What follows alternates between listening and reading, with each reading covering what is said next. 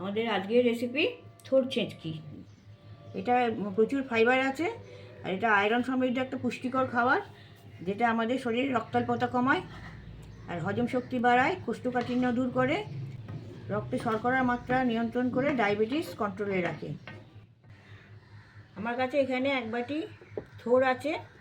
এগুলো হচ্ছে কলার কাণ্ড, এইভাবে কেটে দিয়েছে দোকান থেকেই। তাই আমাদের এখানে আনতে একটু দেরি হয়ে গেছে, তাই জন্য একটু লালচে হয়ে গেছে। আমি এগুলো হলুদ জলে ভিজিয়ে রেখেছি যাতে আর বেশি না লাল হয়। তো এই থোড় দিয়েই আমি একটা সবজি বানাবো আজকে। এবার আমি এই হলুদ জলটা ফেলে দিয়ে জলটা আমি ঝরিয়ে নেব। জলটা ফেলে দিয়ে এটাকে জল ঝরাতে দিয়ে দিয়েছি। যতক্ষণ এটা জলটা ঝরবে তার মধ্যে আমি রান্নাটা শুরু করে দিচ্ছি। ওখানে ফ্রাইং প্যান বসিয়ে দিয়েছি, 1 চা চামচ সর্ষের তেল দিয়ে দিচ্ছি। এতে খুব বেশি তেল লাগে না। এতে আমি 2টো লঙ্কা ফোড়নে দিচ্ছি, একটা গোটা দিয়ে দিচ্ছি আর একটা কেটে অর্ধেক করে হাফ করে দিয়ে দিচ্ছি। যে যেমন ঝাল খাবেন সেই রকমভাবে দিতে পারেন। 2টো লঙ্কা হাফ করেও দিতে পারেন। আর বেশি ঝাল যদি না খেতে চান তাহলে একটা লঙ্কা কেটে দিলেই হবে। লঙ্কাটাকে একটুখানি খড়িয়ে নিচ্ছি। লঙ্কাটা খড়ে লাল হয়ে গেছে। আর এবার আমি 1 চা চামচ সর্ষে দিয়ে দিচ্ছি। সর্ষের দানাগুলো ফুটে উঠছে। জল ঝরানো যে থোড়টা সেটা দিয়ে দিচ্ছি।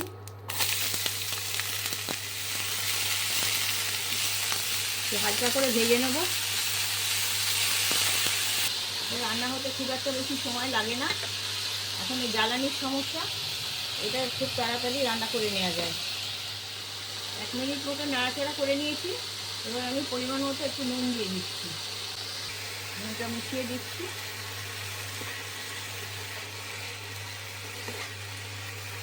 এক টেবিল চামচ চিনি দিয়ে দিচ্ছি। এটা একটু মিষ্টি মিষ্টি খেতে ভালো লাগবে।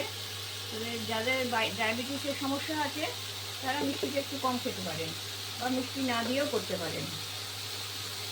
চিনিটা আবার মিশিয়ে দিচ্ছি। এটা যেহেতু আগে আমি হলুদ জলে ভিজিয়ে রেখেছিলাম তাই আর হলুদ দিচ্ছি না। তা না হলে যদি হলুদ জলে ভেজানো না থাকতো তাহলে হাফ চা চামচ মতন হলুদ এতে দেওয়া যেত। আমি আর হলুদ দেবো না। এগুলো নাড়াচাড়া করে ভাজা হয়ে গেছে। এগুলো অনেকটা নরম হয়ে গেছে, আর আমি ভাজবো না। এবার আমি 1/2 কাপ মতন জল দিয়ে দিচ্ছি এগুলো ভালোভাবে সেদ্ধ হওয়ার জন্য। ঠোঁটটা একটু শক্ত, তাই একটু সেদ্ধ হওয়ার জন্য জল দিতে হবে। ঢাকা দিয়ে আমি 5 মিনিট সেটা সেদ্ধ করতে দেবো। 5 মিনিট পরে আমি ঢাকনাটা খুলছি। মাঝে একবার ঢাকনাটা খুলে আমি একটু উল্টে পাল্টে দিয়েছিলাম।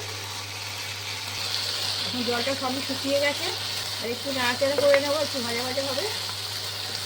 তাহলে আমাদের এই থোড়ের ছেঁচকি, আমরা এটাকে ছেঁচকি বলি, আপনারা কি বলেন সেটা কমেন্টে জানাবেন।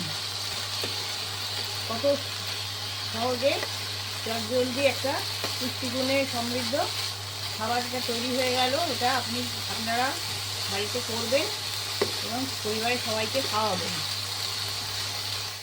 পুষ্টিগুণে ভরপুর থোড় ছেঁচকি আমাদের হয়ে গেছে। রেসিপিটা যদি ভালো লাগে তাহলে লাইক কমেন্টও করবেন, শেয়ারও করতে পারেন।